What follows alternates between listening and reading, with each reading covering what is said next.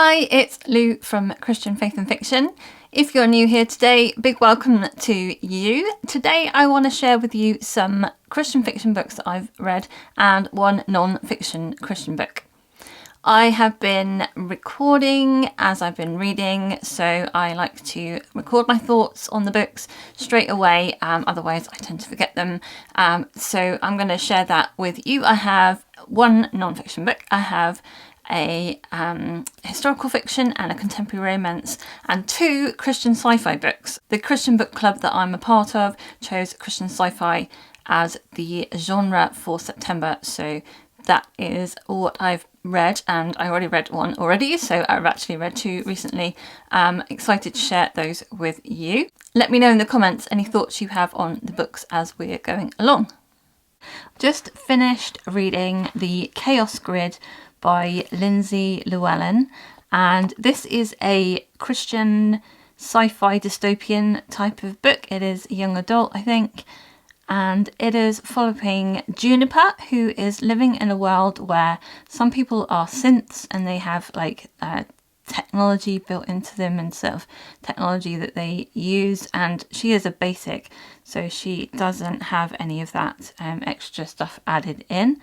So the world is like a dystopian kind of world where the weather system has all gone haywire, something's happened in the world, and they all live in sort of domed cities. Outside of that is where it's kind of a bit lawless. It's a bit like the Wild West, I guess. There's all sorts of people going and things going on. People quite often like to teleport between places rather than take the slow way across the outer grid, as it's called. And so her aunt and uncle look after her. Her parents have died, and they want to take her back to the Plex city where she has come from, but she really doesn't want to go back there. And so in order to do that, she's trying to board a train, and in the process doesn't manage to get there, but finds this advert for a shipping company that's going out into the outer grid, so outside of the cities. And she thinks, if I go with them, then my aunt and uncle can't take me back to this city. So she gets a job working with this shipping company and takes her out into the outer grid, where all sorts of things are happening, and the world is, much wilder. She's learning about the world, she's learning about what's really happening and all that kind of thing. This was a fantastic book for me. Really got me out of a reading slump that I'd been in. There's loads of sort of action and adventure. There are snarky teenagers. There is a very slow burning romance in it. Most importantly, there is some Christian content. So God is mentioned a few times, but it is the allegory, the background allegory it is a Bible retelling. Now, I didn't know this going in, so I don't want to tell you exactly which Bible story it is retelling, because I think you might enjoy it more just discovering it as you are going along. But if you really want to know which one it is, then you can send me a private message on Instagram, and I'll tell you which one it is. But I think all you really need to know, it is a biblical retelling. So it does have Christian content in there, and I really, really enjoyed it. The strangeness of the world mixed with that kind of young adult feel that you get from young adult sci-fi and fantasy books. It was really good paced and lots of things going on. A lot of strange things get thrown at you at some times, but it just kind of went along for the ride. And yeah, really enjoyed that. I did get to the end. I thought it was a standalone, and I got to the end and I thought, hang on, you're not going to leave it like that, are you? Going to leave it there? It's a bit strange place to sort of leave it, but then I went onto her website and discovered that there's going to be a book 2 coming out next summer, so it will be okay. It will resolve properly. So I would give this book 10 out of 10 for story enjoyment and 2 out of 3 for Christian faith rating. I finished reading Fresh Wind, Fresh Fire by Jim Cymbala.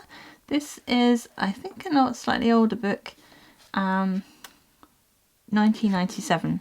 This is from. It is a Christian non-fiction book, and it's following their sort of story of how they set up the Brooklyn Tabernacle.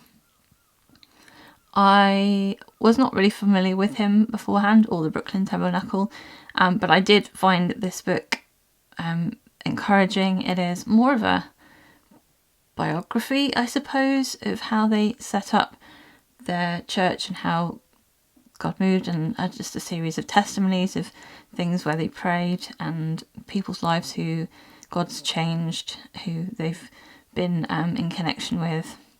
Also things that they've learned through sort of setting up the church and pastoring, and some thoughts on modern church and that, although obviously it's from the 1990s. A lot of it has to do with praying and getting the basics of praying and not getting too carried away with performance and the razzmatazz of some church setups, but being into the presence of God and praying for revival and praying for the wind and the fire of God, the Holy Spirit, to be there with us. And yeah, I find it inspiring. The stories particularly, I love hearing stories of how God's moved in people's lives, and I appreciated the challenge of coming back to praying and praying for the presence of God and not getting too caught up in other things. So I would give this one 4 stars, I think. Definitely it was encouraging to my faith.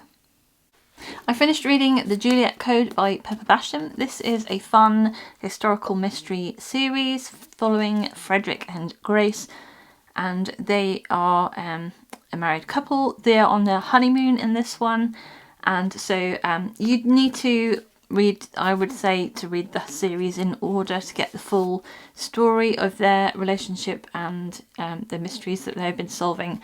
This book, as far as I'm aware, didn't spoil the mystery elements of the other 2 books before, so that's that would be okay, but their sort of personal story continues through the books. This is following them on their honeymoon as they are going to Venice, and whilst they're there they meet up with a detective friend of theirs who tries to pull them into the mystery of these missing paintings. And there are a series of paintings of different stories, different parts of the story of the Romeo and Juliet story, and they've been going missing, and a client has asked this detective Jack to keep an eye on his paintings because he's got some of them, and so Jack draws them into the mystery and the adventure, and they go to try and solve that in sort of in and around Venice and on this some of the Venetian islands around there. It is upper class mystery, country house kind of mystery, mixture of those sort of things. It is a fun, upbeat sort of mystery and romance as well, but the mystery is the main element of the plot. So what I really liked about it is them as characters. I really enjoy them. They are very sort of upbeat characters, fun, and obviously very much in love as a honeymoon couple. I appreciated reading the story from their perspectives again. I also enjoyed the journey of the mystery and following along the suspense elements to the mystery. Things that I didn't like so much are the mystery itself was a bit complicated in terms of the number of people, and I don't want to go into too much detail, but I did get a bit sort of confused at times, and also because they are a married couple, some of the romance did get a bit more spicy than I like. Nothing didn't go across the line into erotica or anything, but it was just more detail than I personally would like to read at times, but the majority of the time it was based on the mystery and not on the romance. So I would give this book a 8.5 out of 10 for story enjoyment rating and a 3 out of 3 for Christian faith rating. There is some good faith content in there. It does have an effect on the plot and on the characters and their decisions and scriptures used in there and that kind of thing. So yeah, I would say it was good content as far as Christian content goes. Just finished reading Nova by Chuck Black. This is a Christian sci-fi sort of space opera type of book, and it's first book in a series called Starlaw, I think. Starlaw. It is a retelling of the Bible story of Moses, or at least the beginning part of that story. It is the first book in the series, so I think it must be a sequential series where the story continues on, so it's not a standalone book. It is, as I said, Christian sci-fi, so there's a lot of spaceships and space-related things, alien planets. It is following Dason, who is a cadet in a spaceship training academy, and he is cousin to the heir to the throne of the planet and the empire that runs the planet. And so him and his cousin are in a sort of privileged position, but they have joined this cadet academy to learn how to fly spacecraft. In their society, there is the different classes. There's that high upper class, the ruling classes, there's other classes, and then there's the drudge class, which is a race of people that have been subjugated, put on the bottom rung of society.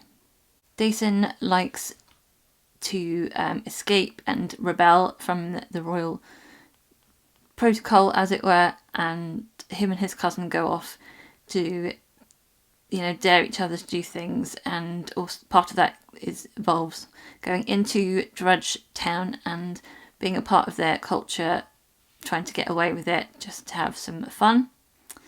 Dason meets a mechanic who is looking after his spacecraft, and as a result of that, he starts to question who he is, his identity, the world around him, how things work, and what he believes. I enjoyed this book a lot better than the one other book that I read by Chuck Black, which was Kingdom's Dawn, I think it is.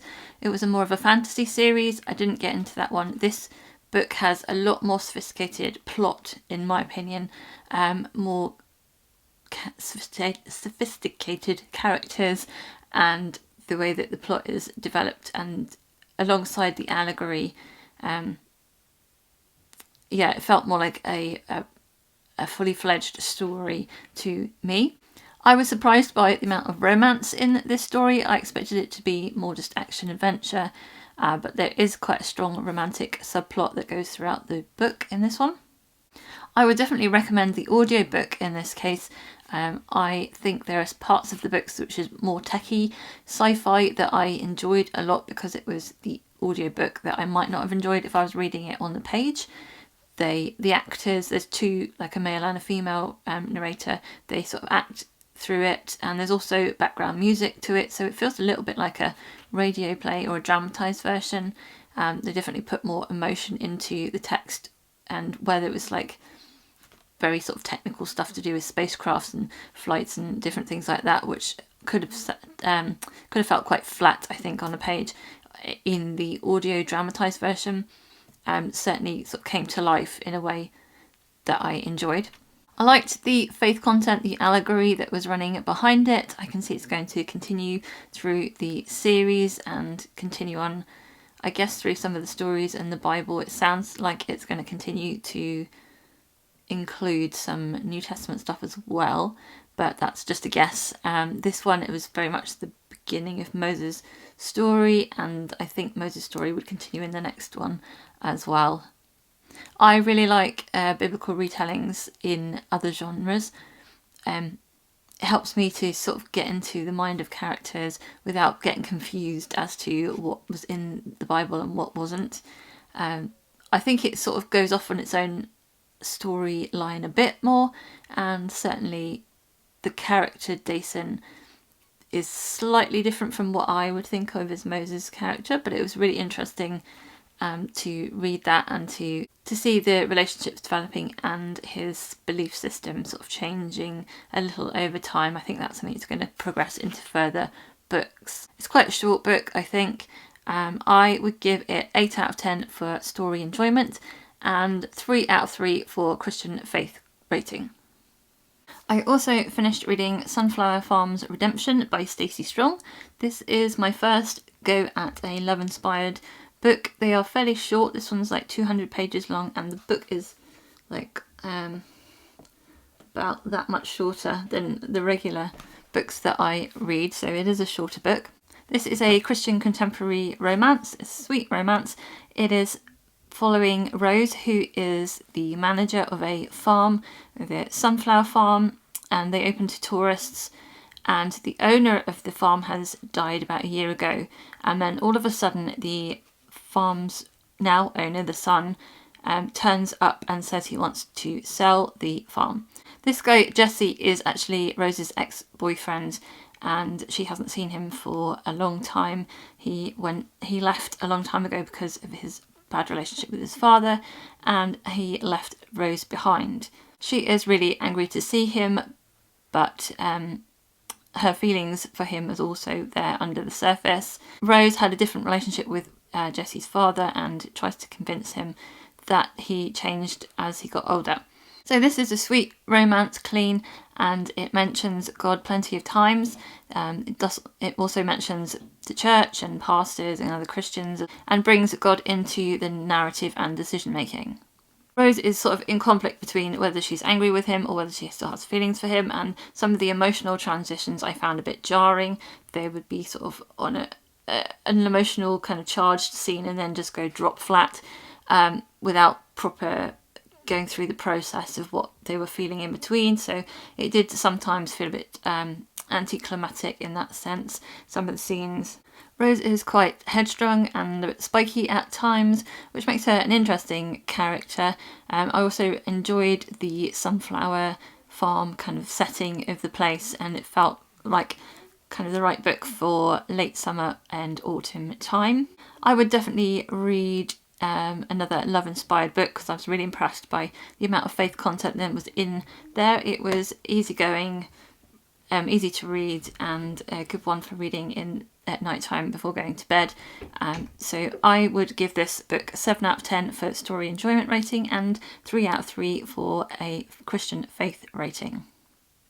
So have you read any of those books? Let me know what you thought down in the comments. I think my favourite books recently would be The Chaos Grid and The Juliet Code. Let me know in the comments what your favourite book is that you've read recently. If you'd like to see more videos on Christian fiction, you can watch these videos over here. If you're not subscribed, please make sure you click on that subscribe button and the notifications bell so you know when I'm posting a new video. I hope you have a really great reading week, and until next time, I pray God bless you and your families. Bye!